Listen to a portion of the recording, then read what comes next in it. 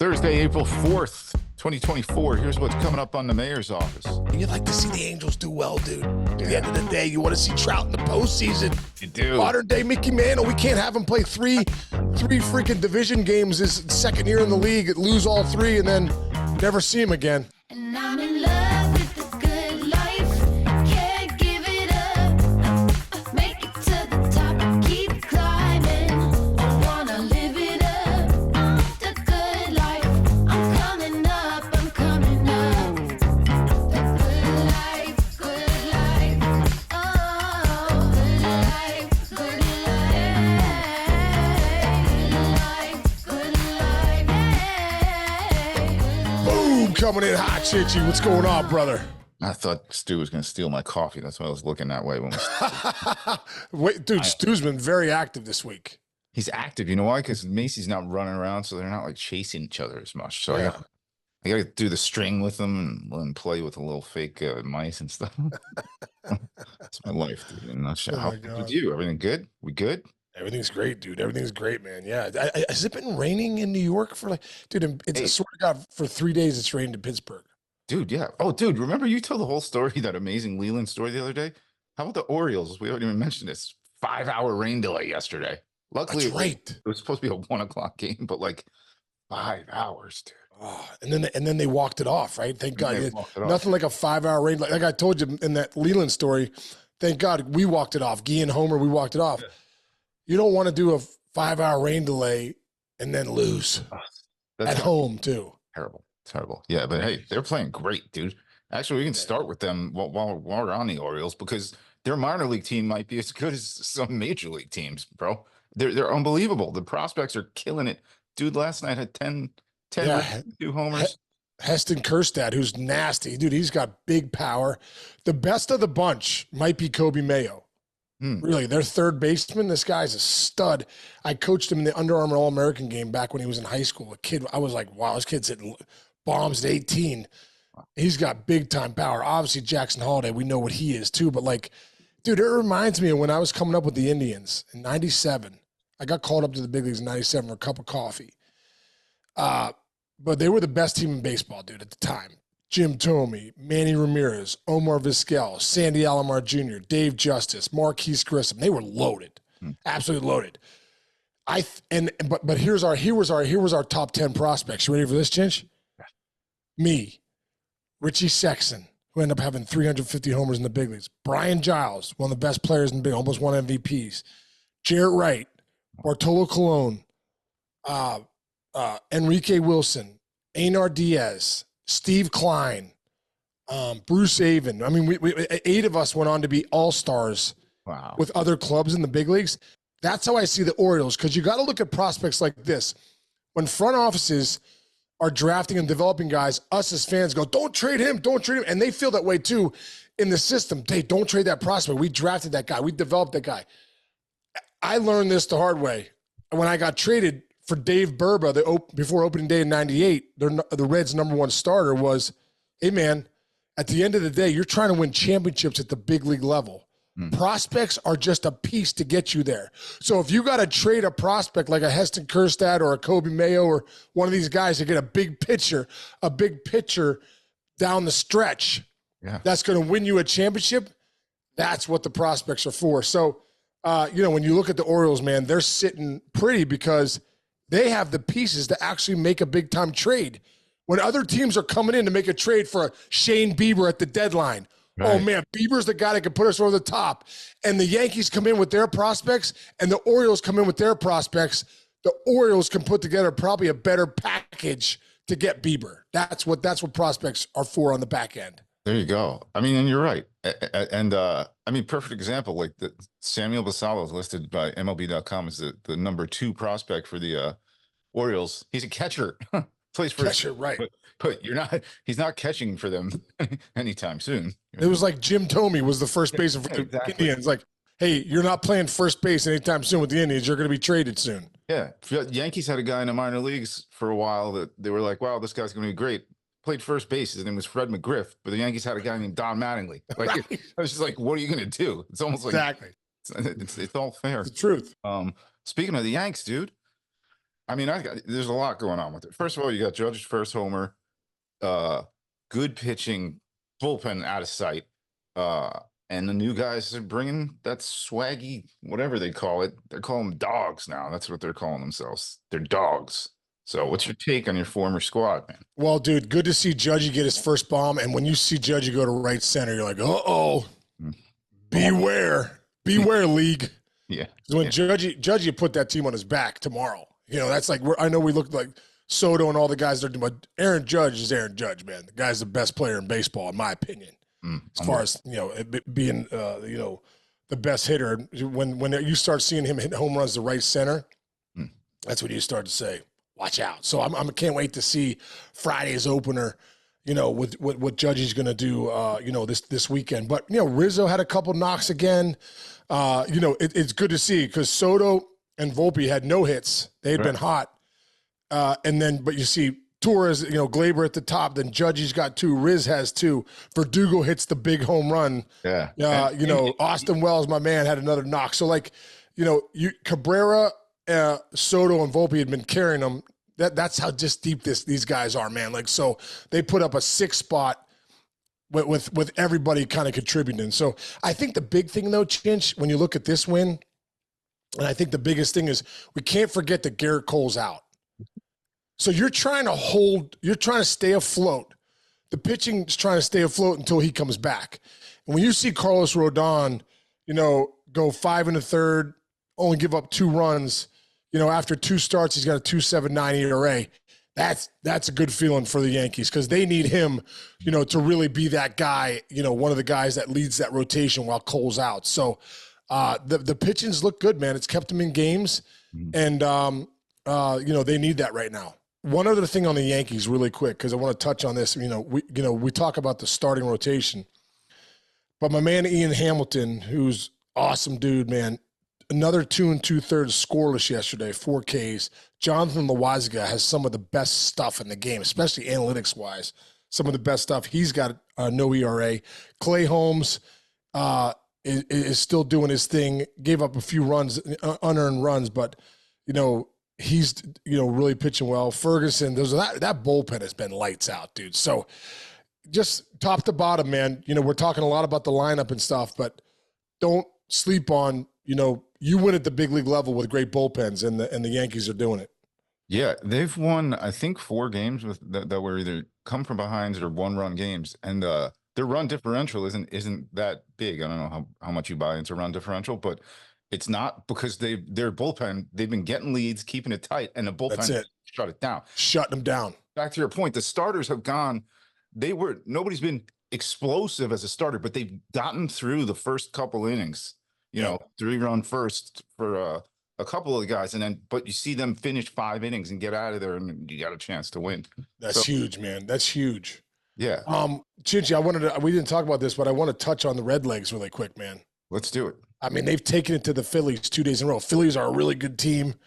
Obviously we talked about Harper getting hot with the 3 home runs the other day, but once again, man, Encarnacion Strand comes up, a big hit. Top to bottom, that lineup though, they won 4-1.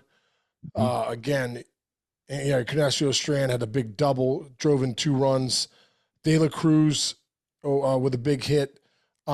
But just top to bottom, and Martini had another big hit too. So, you just look at that team and you think about the Reds and you're like, I think one of the biggest things is Frankie Montas.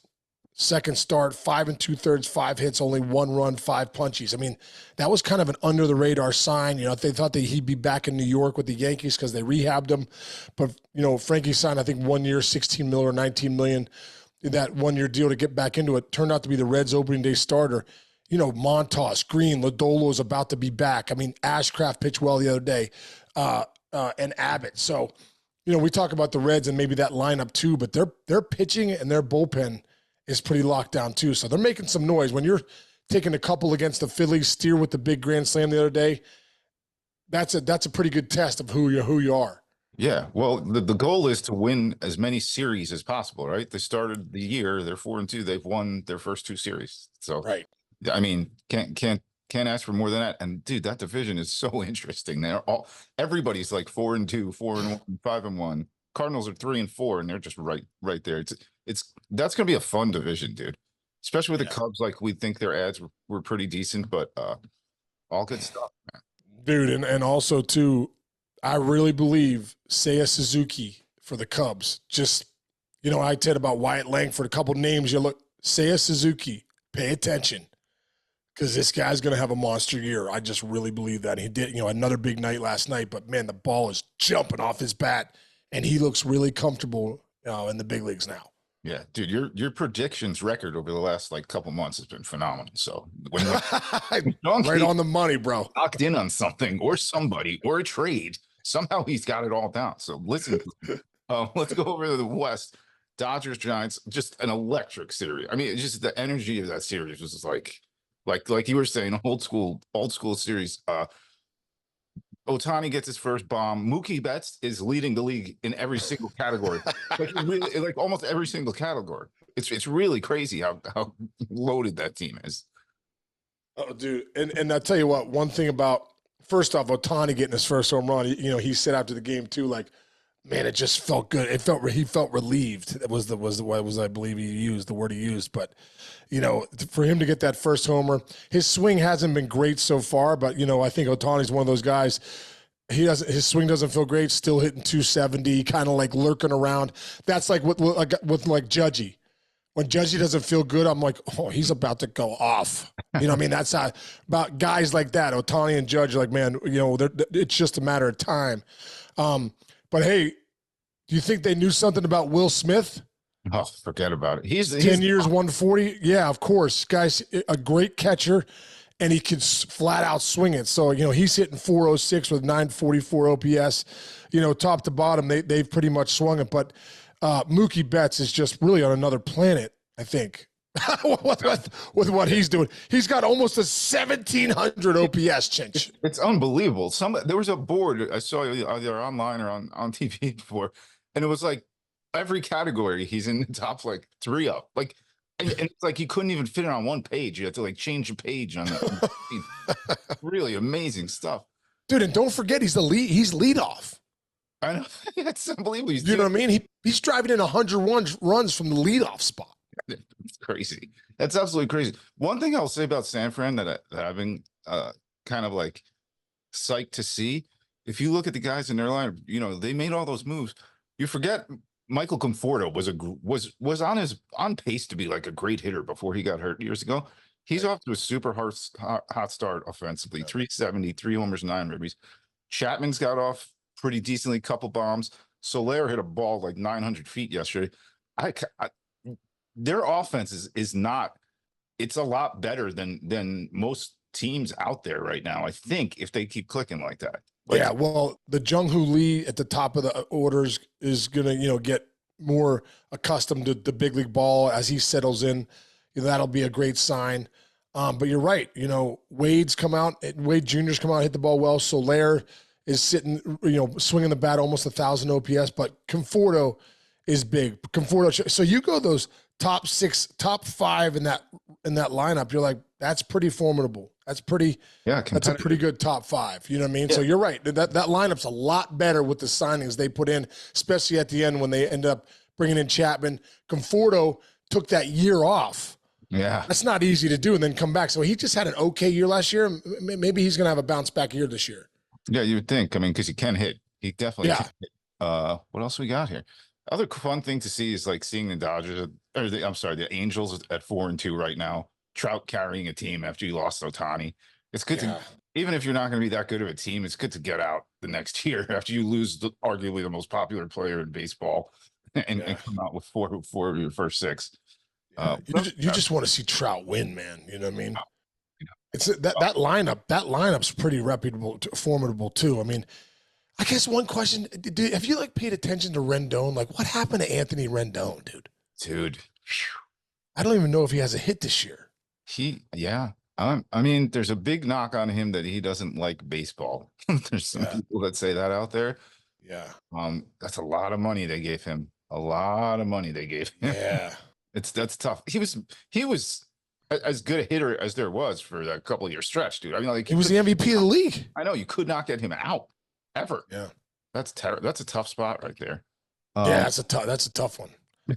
Yeah. But you see, listen, Ohapi, I love that kid. Their catcher, Mhm. Logan Ohapi, great catcher from my dad's hometown of Sayville, New York. Nice. Yeah, he's from Long Island. You know that, right? Yeah. Yeah. Yeah. That's And then, a couple of the guys too in that lineup, but Ward's been swinging it, Trout's been swinging it. Aaron Hicks has a couple hits here and there. They got some good young players on that team. So you'd like to see the Angels do well, dude. At the end of the day, you want to see Trout in the postseason. You do. Modern day Mickey Mantle. We can't have him play three freaking division games his second year in the league, lose all three, and then never see him again. I know, that's crazy, right? That's Ernie Banks style. That's terrible. Yeah, you don't want that. Don't want that. Do you trade him? Uh-oh. Let's not get into that yet. Probably at some point. At some point, don't you think he'd want to be traded? I think Just get him to a team that's winning right now. I know when I got traded to the Tigers, dude, in my 9th year in the big leagues in 2006, I literally said a prayer thank you, God, that I got a chance to at least get to the postseason, and I ended up getting to the World Series. But, dude, those are the best memories of my career is that 2006 run with the Tigers. And just because at that stage of your career, you want to be in the postseason. You've already made your money. I mean, how much more money does Trout need? He's got hundreds of millions of dollars. Deep down, he wants to be in the postseason, dude. And obviously, Artie Moreno gave him a ton of money, and there's a lot of loyalty there. So I get that. But as fans, we want to see Trout in the postseason. So hopefully the Angels keep trending upwards, brother. Yeah. Oh, I'm going to hit you with one other thing that we didn't prep before, but I just read this article this morning from the Athletic. Dude, the Marlins might get ready to start selling now. You already saw the Yankees got what's his name from them the other day, but talking about selling their best players. They are 0-7, probably not going anywhere. There's a whole new regime kind of working their way in and out of there, and a lot of the players, a lot of their players are still under contract for another couple years of security, including the leadoff kid. You want that guy on your team? Yeah, dude, you can imagine a rise. And that's what excited me when I read this. I'm like, well, what team would trade for a rise? Well, you're just excited because you think the Yankees would. No, I actually don't. Because I was like, where would they put him? I don't really know if you would want him. I mean, but dude, the guy won a batting title every year for the last couple of years, right? Yeah. Oh, yeah. I mean, so dude, can you imagine a rise in any lineup would make, especially with a lot of power in those lineups? I mean, you put a rise in a lineup of, with the Dodgers or the Yankees. I mean, I hate to say it, but the big dogs, now you got a really complimentary piece. Yeah, especially and the Marlins they're not going anywhere. What a shame. A team that was so good last year. I mean, maybe Kim Ng was right. I mean, I don't know. She's not there anymore, but she did a lot of good things, I think, when she was there. And, who knows what's happening. But, at the end of the day, you want to see them win. Yeah. And when your big signs Tim Anderson in the offseason, I think the biggest thing with the Marlins, dude, they got a ton of great young pitching. And if they're selling off, teams will be lining up down the street to trade for that pitching. That's what I'm saying. There you go. By the way, today, we got a double dip, dude. We got to get your boy a win for the Mets. Oh, no, Mendoza needs a win. Let's go. Oh, they got to get J.D. Martinez back in that lineup. Yeah, when's he coming? I don't know. I keep looking. It's weird. It's a strange thing. Is he going to? I mean, dude, I think he had no at bats at spring training. I mean, he probably has to get a couple of ABs. What do you think you got to do to get? I think he needs 4 games. So the minors just started, right? Yeah. So you keep him in the minors, get him four games. You think? Give him a week. Give him 1 week because to maybe get 2 at bats the first night, 2 at bats. You don't want to go right out the gates 4. But give him a week of at bats. I would think he'd be ready to go, dude. He knows what he's doing. The guy's JD Martinez. Yeah, the guy is JD Martinez, and they could sure use him. But look, man, they got a good squad. It's so funny that the owner of the team is also like a hedge fund monster. So of course there's a soundbite from him he was on C-SPAN talking about global economy, and then the guy actually asked him, he's like, "Yeah, but your Mets started 0-4, and so he's got to answer a Mets question." Oh my gosh, dude, that's the last thing. Yeah, come on, keep it to well. But I guess you're the owner. Yeah, but he made a good point. He goes, Steve Cohen, I'm talking about, obviously. He made a good point. He goes, look, everybody has a 4-game losing streak. We just happen to have it first. Like, It's always magnified at the beginning, dude. Always magnified. Like, what's wrong with this player? Well, yeah, he's about to get hot. What's wrong with this team? They're about to get some wins. Oh, on the flip side, too, a guy you've never heard of will have 7 homers in the first 2 weeks, and everybody's like grabbing him on their fantasy teams, whatever. The guy finishes the season with like 9. Exactly.